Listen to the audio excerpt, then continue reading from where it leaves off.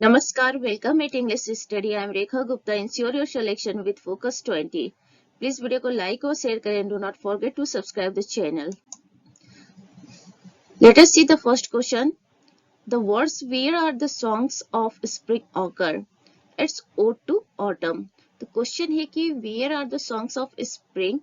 वो कौन सा ओड है जॉन किट्स का जिसमें सॉन्ग्स ऑफ स्प्रिंग जो है वो देखने को मिलता है आपको, तो that is ode to autumn. John Keats का ये फेमस ओड है.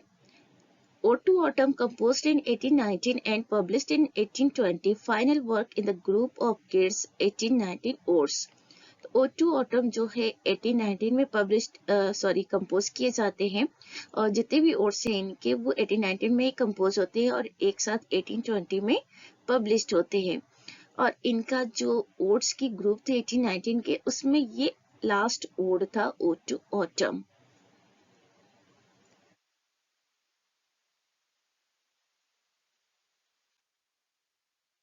Question number 2. In Keats' poetic career, the most productive year was 1819. 1819 is his productive year as he composed his all odes. तो किड्स के 5 year के poetic career में 1819 का जो time period था बहुत ही इंपॉर्टेंट था,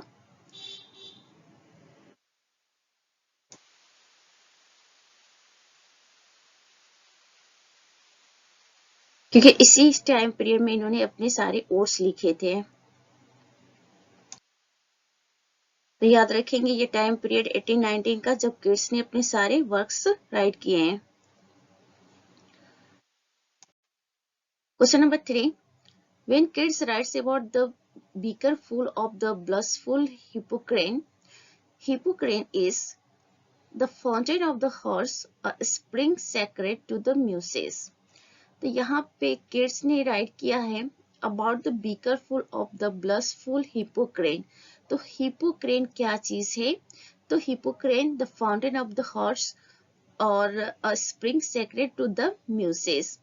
तो जो फाउंटेन है, मतलब फाउंटेन काइंड ऑफ छोटी सी रिवर जो होती है, तो हॉर्स के लिए वो छोटी सी रिवर, या फिर जो म्यूसेस होती हैं उनके लिए जो सेक्रेट स्प्रिंग होता है, छोटी सी नदी होती है, तो दैट इज यहाँ पे हिपोक्रेन है. तो याद रखेंगे ये सभी फैक्ट्स. हिपोक्रेन का मतलब, तो it is a small river, fountain और spring. Question number 4. Who is John Keats sylvan historian?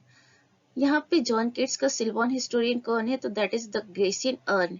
Actually the Grecian urn जो है वो किट्स का एक ओड है, one of the famous ode है इनका, और इसमें इन्होंने सिल्वान हिस्टोरियन की बात की है. तो सिल्वान हिस्टोरियन कौन है यही पूछा जा रहा है, तो that is the Grecian earn.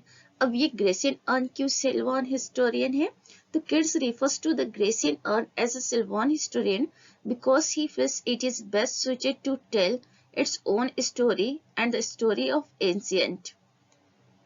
क्योंकि किड्स को लगता है कि जो ग्रेशियन अर्न है वो इसलिए सिल्वान हिस्टोरियन क्योंकि वो सबसे बेस्ट है जो अपनी स्टोरी खुद बता सकता है और पास्ट की स्टोरी को भी.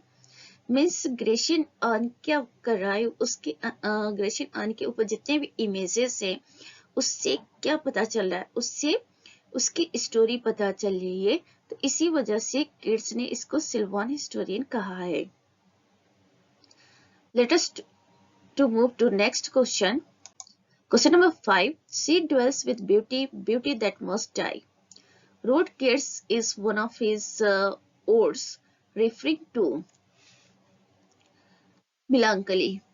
तो देखिए यहाँ पे जो ये खूबसूरत सी लाइन है, सी dwells with beauty, beauty that must die. इसमें किड्स किसको रिफर कर रहे हैं अपने एक ओड में? तो दैट इज मिलांकली को रिफर कर रहे हैं. मीन्स इस सेंटेंस में इन्होंने मिलांकली को रिफर किया है. और ये जो सेंटेंस है कहाँ से लिए गए हैं? तो इनका वन ऑफ द ओड है, ओड टू मिलांकली, जिसमें थर्ड स्टेंजा से इस सेंटेंस को बोरो किया गया है. Keats wrote the above lines referring to melancholy. तो इन्होंने ये लाइन मिलांकली को रिफर करते हुए राइट किया है अपने ओड ओड टू मिलांकली में, और ओड टू मिलांकली के थर्ड स्टेंजा से ये लाइन लिया गया है. क्वेश्चन नंबर 6, यहाँ पे ब्लैंक्स है, इसको फिल करना है। तो the very word is like a bell to toll me back from thee to my soul self, which word will fill in blank? तो this is forlorn। तो यहाँ पे जो word fill होगा वो होगा forlorn। The word forlorn it complete the extract from Ode to Nightingale 1819। तो यहाँ पे जो blank है इसमें forlorn जो है वो fill होगा, और ये जो extract है forlorn the very word is like a bell to toll me back from thee to my soul self। ये जो एक्सट्रैक्ट है वो कहाँ से लिए गए हैं? किड्स के ओड टू नाइटिंगेल से लिया गया है, जो कि 1819 में कंपोज किया गया था और 1820 में पब्लिश्ड हुआ था।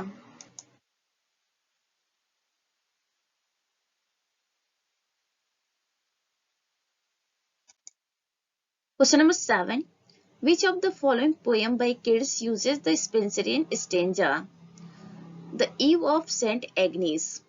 तो here is क्वेश्चन कि किड्स का वो कौन सा पोएम है जिसमें किड्स ने स्पेंसरियन स्टेंजा का यूज किया है? तो वो है the eve of saint Agnes. Spenserian stanza क्या होती है? 9 लाइन की स्टेंजा होती है, और इसके बारे में प्रीवियस वीडियोस जो दिए गए हैं उसमें बताया जा चुका है। रिटोरिक डिवाइस से करके इसका टॉपिक है उस वीडियो का, उसमें जाके आप लोग डिटेल में देख सकते हैं कि स्पेंसरियन स्टेंजा क्या होता है या अदर स्टेंजा क्या होते हैं। तो याद रखेंगे किड्स ने अपनी work the eve of saint Agnes में स्पेंसरियन स्टेंजा का यूज किया है। The eve of saint Agnes जो पोयम है ये 42 स्टेंजा की पोयम है, और इसमें इसको राइट किया गया था 1819 में, पब्लिश्ड हुआ था 1820 में। तो याद रखेंगे 9 लाइन की ईच स्टेंजा है और 42 टोटल स्टेंजा है the eve of saint Agnes में। Question number 8, the island setting of Latmos figured in Keats work Endymion. तो जो आइलैंड की सेटिंग है लैटमोस की, ये किड्स की किस वर्क में देखने को मिलता है? तो दैट इज एंडेमियन में देखने को मिलता है। एंडेमियन को राइट किया गया था 1817 में और ये पब्लिश्ड हुआ था 1818 में, और यही वर्क एंडेमियन का जिस किड्स का जिसको बहुत ज्यादा क्रिटिसिज्म फेस करना पड़ा था। उस टाइम पीरियड के जो मैगजीन्स थे, एडिनबर्ग मैगजीन्स, वहां से क्रिटिसिज्म इसको फेस करना हुआ था एंडेमियन को। Question number 9, with what does the speaker claim to be half in love in Ode to a Nightingale, the peace that comes with death? तो यहाँ पे क्वेश्चन ये पूछा जा रहा है कि with what does the speaker claim to be half in love in Ode to Nightingale? Ode to Nightingale में स्पीकर जो क्लेम करते हैं कि he is half in love, तो what is that? The peace that comes with death। तो वो piece जो death के साथ ऑकर होती है या आती है। तो याद रखेंगे वो पीस जो डेथ के साथ आती है। For that speaker has told in his work ode to nightingale that is he is in half in love।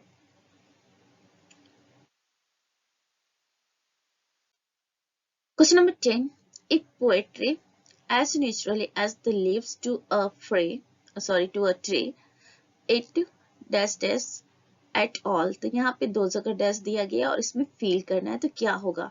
तो फील करेंगे कम नॉट फर्स्ट वाले डैश में और सेकंड वाले में had better not come। तो क्या हो जाएगा? if poetry come not as naturally as the leaves to a tree, it had better not come at all।